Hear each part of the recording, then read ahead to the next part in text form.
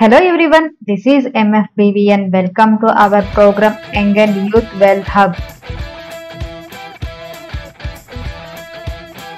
ఈ రోజు వీడియోలో మనం one of the best small Cape fund last 3 years లో ఇన్వెస్టర్స్ కి బెటర్ రిటర్న్స్ ఇచ్చిన ఒక ఫండ్ గురించి రివ్యూ చేద్దామండి. ప్రెసెంట్ ఈ ఫండ్ నావ్ గనక మనం చూస్తే 237 ఉందండి. లాస్ట్ 1 month లోనే ఈ ఫండ్ అనేది 5.71% తగ్గడం జరిగింది.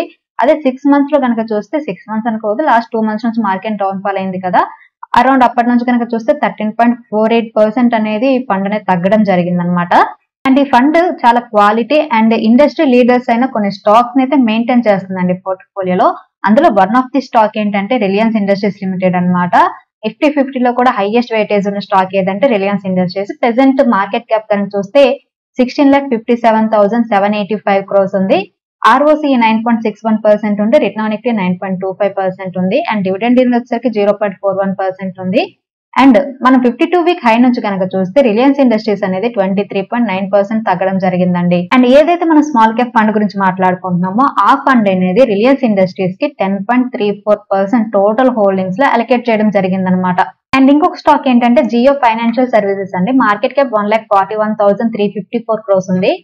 ROCE 1.55% ఉంటే రిటర్న్ ఆన్ ఈక్విటీ 1.27% ఉందన్నమాట. And Jio financial services 52 week high నుంచి 43.6% డౌన్ అవడం జరిగిందండి. అండ్ ఏదైతే స్మాల్ క్యాప్ ఫండ్ ఉందో జియో ఫైనాన్షియల్ సర్వీసెస్ కి టోటల్ హోల్డింగ్స్ లో 5.05% అలొకేట్ చేయడం జరిగింది. అండ్ నెక్స్ట్ స్టాక్ వచ్చేసరికి Aster DM health care limited అండి. ప్రెసెంట్ ఈ కంపెనీ మార్కెట్ క్యాప్ 20,270 crores ఉంది. ఇది ఒక స్మాల్ క్యాప్ కంపెనీ. ROCE కనుక చూస్తే 4.48%, రిటర్న్ ఆన్ ఈక్విటీ 3.13% ఉంది, ఫేస్ వాల్యూ 10 రూపీస్ ఉంది. అండ్ డివిడెండ్ ఈల్డ్ కనుక చూస్తే 0.99% ఉందన్నమాట. కంపెనీకి డెట్ 1,940 crores ఉంది. అండ్ ఈ స్టాక్ కూడా ఆల్ టైమ్ హై నుంచి 27.3% డౌన్ అవడం జరిగిందండి. And next stock state bank of India అండి. ప్రెసెంట్ మార్కెట్ క్యాప్ 6,49,892 crores ఉంది. ఇది ఒక large cap company. PSU sector లో టాప్ స్టాక్ అన్నమాట. ROCE 6.16% ఉంటే రిటర్న్ ఆన్ ఈక్విటీ 17.3% ఉంది, అండ్ డివిడెండ్ ఈల్డ్ 1.88% ఉంది. అండ్ SBI కూడా 52 వీక్ హై నుంచి 20.2% డౌన్ అవడం జరిగిందండి. And another stock is Minda corporation limited అండి. మార్కెట్ క్యాప్ 12,358 crores ఉంది. ఇది ఒక small cap company. And ROCE 15.2% ఉంటే రిటర్న్ ఆన్ ఈక్విటీ అనేది 12.8% ఉందన్నమాట. డివిడెండ్ ఈల్డ్ 0.27 ఉంది. ఈ స్టాక్ కూడా 52 వీక్ హై నుంచి 20.9% డౌన్ అవడం జరిగింది.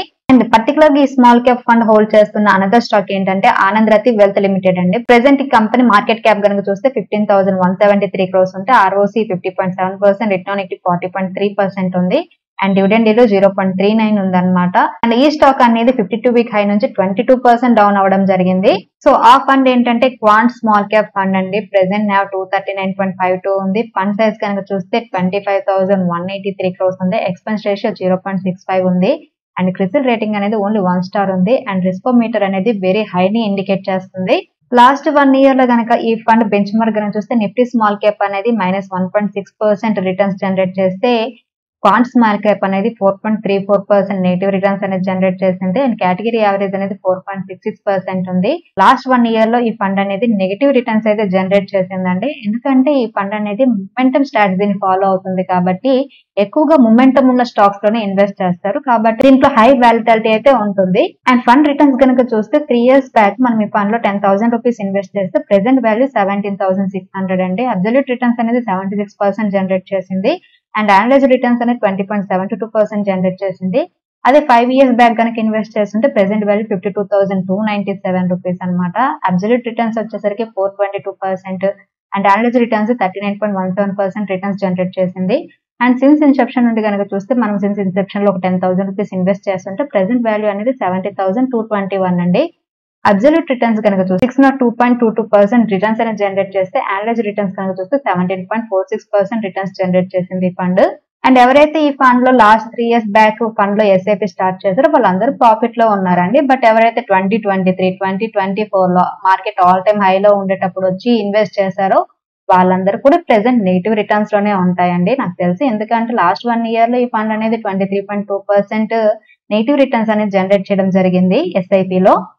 అండ్ ఫండ్ పోర్ట్ఫోలియోలో కనుక చూస్తే ఈక్విటీ హోల్డింగ్ అనేది 91.30% ఉందండి. అండ్ F&O కి 2.60% అనేది ఉంది. అండ్ టోటల్ గా పోర్ట్ఫోలియోలో 90 స్టాక్స్ ఉన్నాయన్నమాట. అండ్ లార్జ్ క్యాప్ కి 15.11%, మిడ్ క్యాప్ కి 19.14%, అండ్ స్మాల్ క్యాప్ కి 34.14% అండ్ అదర్స్ కి 25.51% అనేది అలొకేట్ చేస్తున్నారు. అండ్ టాప్ 10 హోల్డింగ్స్ లో కనుక చూస్తే మీకు ముందు చెప్పాను కదా, రిలయన్స్ ఇండస్ట్రీస్ దీనికి టోటల్ హోల్డింగ్స్ లో 10.34% అలొకేట్ చేశారు. తర్వాత జియో ఫైనాన్షియల్ సర్వీసెస్ ఈ స్టాక్ కి 5.05% అలొకేట్ చేశారు. And next Aegis logistics limited అండి, దీనికి 3.67% అలొకేట్ చేశారు. And Aditya Birla fashion and retail limited speciality retail sector work చేస్తుంది.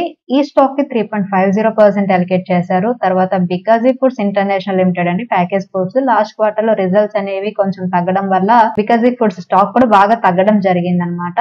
బికాజీ ఫుడ్స్ కి ఈ ఫండ్ అనేది 3.09% అలొకేట్ చేశారు టోటల్ హోల్డింగ్స్. తర్వాత హెచ్ఎఫ్సిఎల్ అండి, హెచ్ఎఫ్సిఎల్ టెలికాం ఇన్ఫ్రాస్ట్రక్చర్ లో వర్క్ చేస్తుంది. దీనికి 2.87% అలొకేట్ చేశారు. అండ్ పాలీ మెడికేర్ లిమిటెడ్ అండి, దీనికి 2.82%, సన్ టీవీ నెట్వర్క్ కి 2.53%, ఆర్బిఎల్ బ్యాంక్ 2.42%, అదానీ పవర్ కి 2.30% అలొకేట్ చేశారనమాట.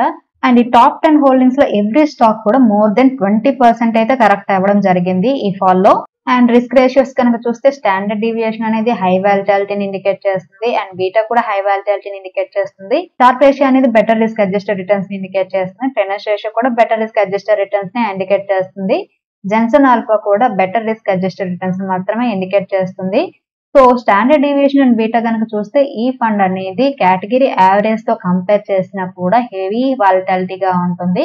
సో ఈ వాలిటాలిటీని ఎవరైతే తట్టుకోగలను, మోర్ దెన్ 7 to 10 years నేను ఈ ఫండ్ లో ఇన్వెస్ట్ చేయగలను అనుకునే వాళ్ళకి ఈ ఫండ్ అనేది సూటబుల్ అండి. క్వాంట్ స్మాల్ క్యాప్ కి సంబంధించిన పీర్ కంపారిజేషన్ కనుక చూస్తే మెయిన్ గా Motilal Oswal small cap fund అండి లాస్ట్ 1 year లో 21% రిటర్న్స్ ఇచ్చింది. And Bandhan small cap last 1 year లో 14.68%, 3 years లో 25% రిటర్న్స్ ఇచ్చింది. తర్వాత ఇన్వెస్కో ఇండియా స్మాల్ క్యాప్ అండి, ఇది కూడా లాస్ట్ 1 year లో 10% అండ్ 3 years లో 22.73% రిటర్న్స్ జనరేట్ చేసింది. And next UTS small cap అండి, లాస్ట్ 1 year లో 8%, 3 years లో 17% రిటర్న్స్ జనరేట్ చేసింది. And Tata small cap last 1 year లో 7%, 3 years లో 21% రిటర్న్స్ జనరేట్ చేసింది. 1 year పీరియడ్ లో కనుక కంపేర్ చేస్తే పీర్ కంపారిజేషన్ లో మనం మెయిన్ గా క్వాంట్ స్మాల్ క్యాప్ అనేది నెగిటివ్ రిటర్న్స్ అయితే జనరేట్ చేసిందండి. మరి ఇలాంటి సిచ్యువేషన్ లో క్వాంట్ స్మాల్ క్యాప్ లో ఎస్ఐపి ఆర్ లంసమ్ చేయొచ్చు అని చాలా మందికి డౌట్ ఉండొచ్చు. మార్కెట్ అనేది ఆల్మోస్ట్ 12% డౌన్ అయ్యిందండి. క్వాంట్ స్మాల్ క్యాప్ కనుక చూస్తే మీరు 1 month లోనే 5%, 6 months లో కనుక చూస్తే 14% ఇయర్లీ డౌన్ అవ్వడం జరిగింది.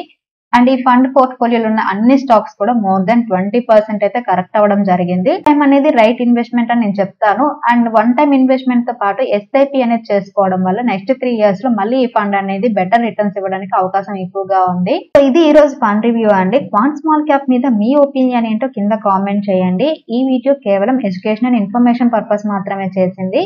Thank you for watching. Have a good day.